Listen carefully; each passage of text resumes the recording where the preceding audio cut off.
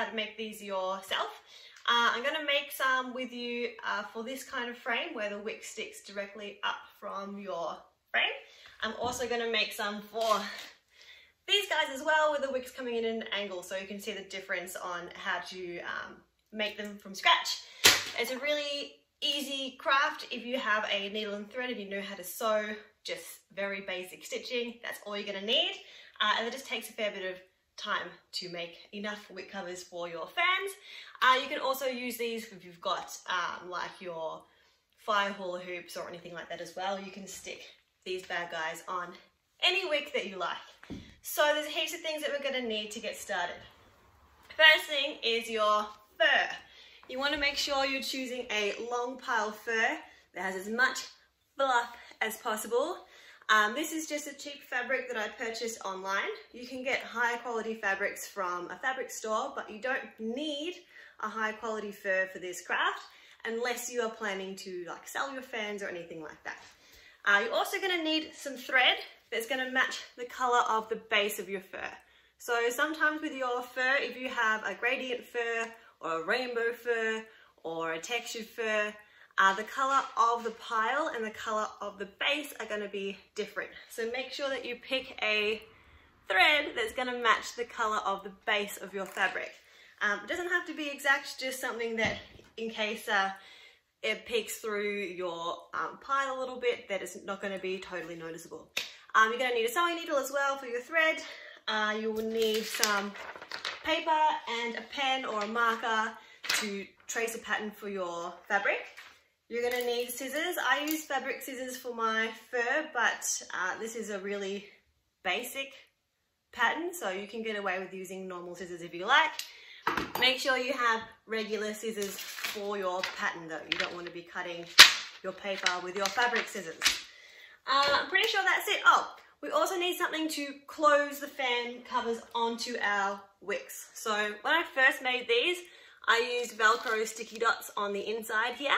That turned out to be a really terrible idea because they weren't sticking to the fabric well and the fur would get underneath the adhesive and they would pop off. So what you can do is you can just use a safety pin. No one's going to see that under all that fur if you're just going to be planning on using them for practice. Or what we can also do is put press studs on. So we're going to have a go at doing that today as well. So I'll show you how to do that, but otherwise safety pin works perfectly fine. All right, so the first thing we're going to need to do is make our pattern. So let me bring you down to my workstation down here and all of my mess. Whoa. We're going to start off with our straightforward fans first. If you're using a more complicated pattern, I'll put a timestamp that you can skip forward to get that that information. All right, so we're going to put our wick directly onto our paper. I have my wick covered in plastic. You can cover it in cling wrap. If you've never set your fans on fire, you don't need to worry about that. That's just to stop there getting any crap everywhere. I'm just going to trace around my wick.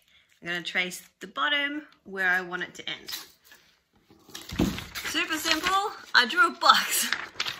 Now I'm going to go ahead and draw around that box. I'm going to add maybe about 1.5 centimeters on each side and below. Now my box looks like that.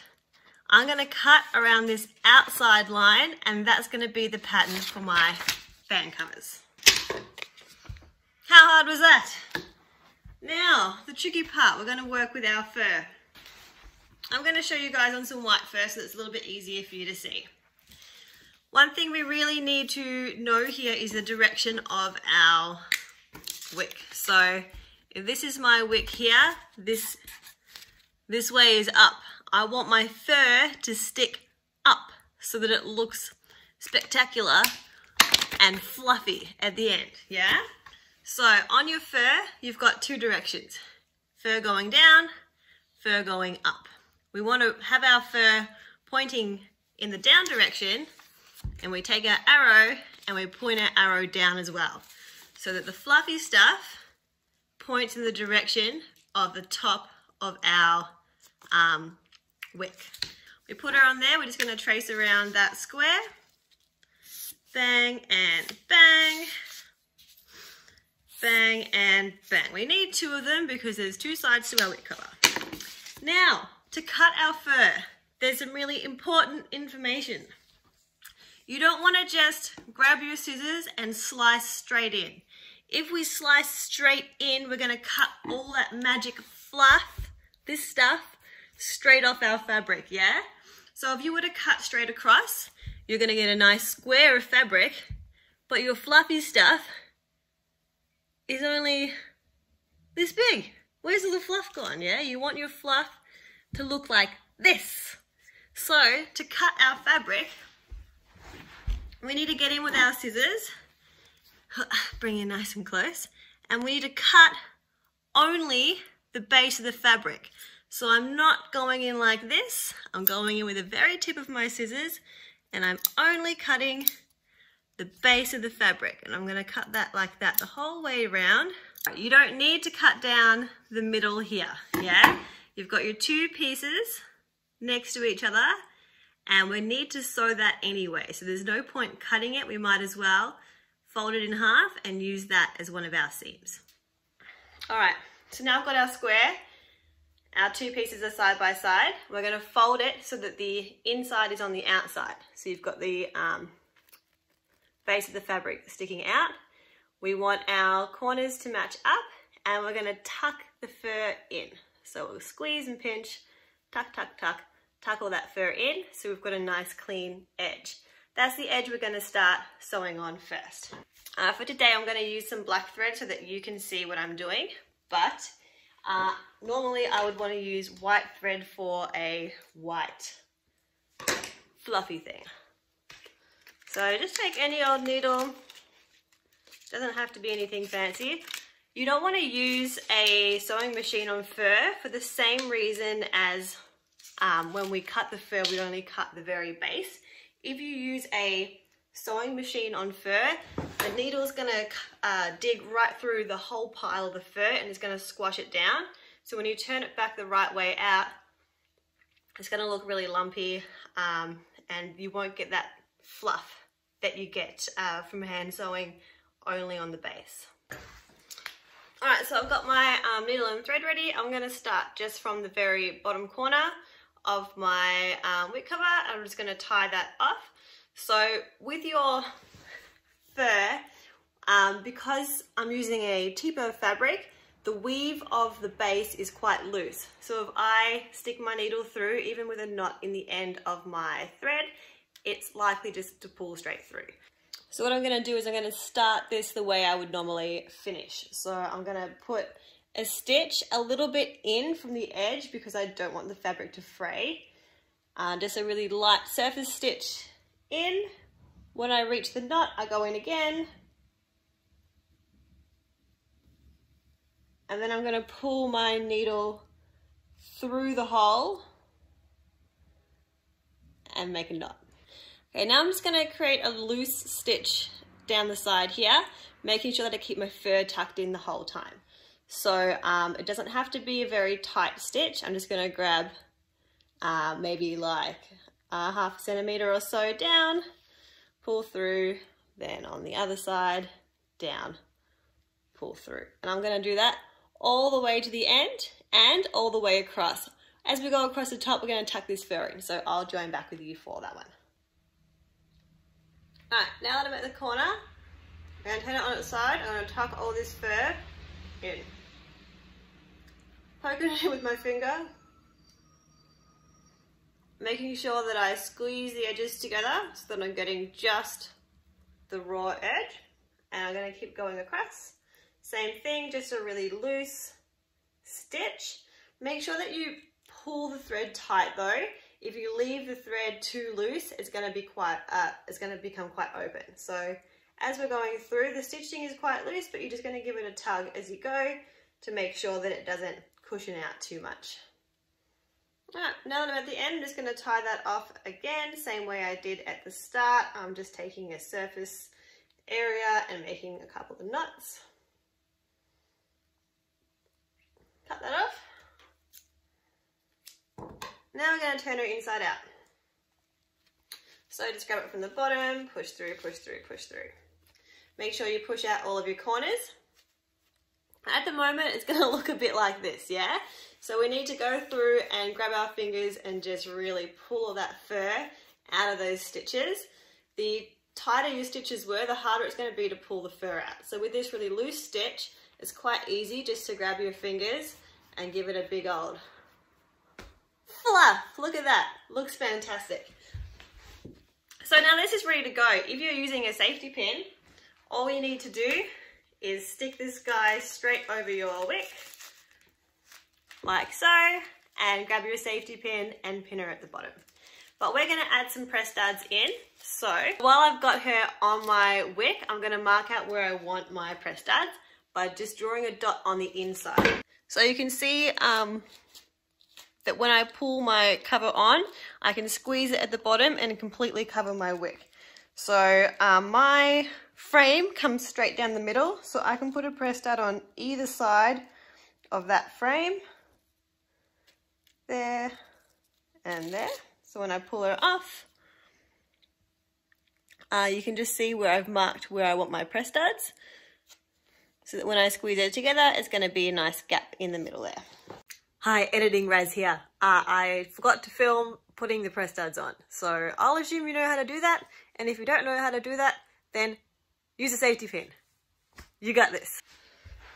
Okay, update. So I've only put one male and female on, so one press stud just on one side here, and already that won't come off. So if you are short on time, just putting one press stud on each wick cover is going to be enough for something like this. So that's awesome. Our wick cover is done. Now I'm going to show you how to do the same thing but on a different style of wick, so that you can make this awesome cover still work for you. So of course I just managed to break my tripod. I'm going to try and show you this by hand. Okay, so I have my wick on my piece of paper here. Make sure there's plenty of space around the edge for your allowance. We want the cover to come out this way, so it's covering the side, and across our wick and down, and then we need an opening for our frame to come through. So it's going to look a bit like this, yeah? So now we need to add our allowance to the outside of that. Bang, bang, bang, and bang. Now, it's really important that when we put this on our fabric now, that we note our gap and that we have an opposite gap on the other side. So I will show you how to do that. This will be labeled side 1, and then this will be side 2. We want our fur pointing in this direction. Okay, so I have my fur facing down, which means when I lay my pattern on my fabric, I want the arrow pointing down. I also want my side to be on one of these neutral sides, so in the same direction as my arrow. So I want it to lay like this. Because my fabric is a little bit uneven at the top here, I'm going to have to be a little bit further down at the start. So, grab my pen, and we're going to start about there, and we're going to trace around. I'm going to flip over, sides are meeting, and we're going to do the same thing. So you can see here that I've left a gap where I don't want to sew. So I'm going to go ahead and cut around this now, and when I'm sewing I want to leave this gap. So really make sure that you mark on the inside where that gap is, so that you don't accidentally stitch straight across it. Once again, cutting only the base of the fabric and not that long pile.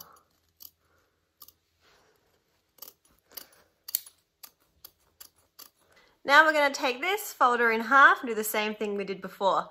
Make sure you're folding on your seam line. Tuck all of that fur in and down. And we're going to sew from our gap out, down and around. And then we're also going to stitch just this little section here as well. I'm completely covered in fur, but I've sewed around the outside now, and I've left that gap in the middle. So we're going to turn it inside out from that gap. Exactly the same as we did before. Make sure you press your corners out.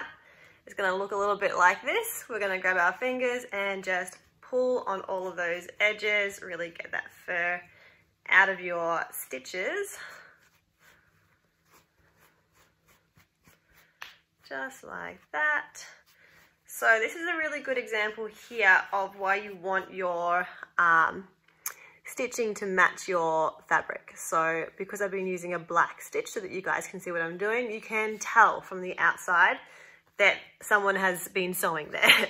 So to hide that, you just want to make sure you're really getting in there and pulling out as much of that fur as possible, and then just giving it a good old spruce, stick it up so that you can't see any of that stitching. But if you've used a stitch color that matches your fabric, you shouldn't see that at all. All right, now my gap is here. I'm going to try and put her on my fan. So I've got a long side and then a short side. So the long side's going to go on the long side of my wick. And we're going to shove that in there and pull over that edge. Ta-da! If you were just going to safety pin her, that's nice and easy. You can clasp that closed and now you're done. If you are adding in a press stud, you just want to go back through. Looking in the underside here, you can see that this is where it's going to be coming out from. So you want to put your press stud there to really seal that gap. So to keep things simple, I've just put a safety pin in.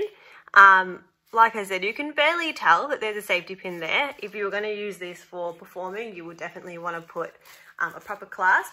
But if you're just practicing or jamming at home, then a safety pin would totally do the trick.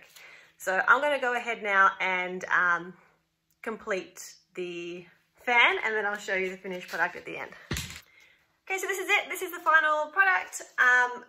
If you wanted to experiment with this and maybe experiment on the different directions that your fluff faces, so maybe you want it all facing sideways and hanging off the edge, then when you do your little pattern, you just want to make sure that your arrow is pointing the other way and that your folding edge is not interrupting your fluff. So if you go sideways like this, your fluff will all stick out on the other side.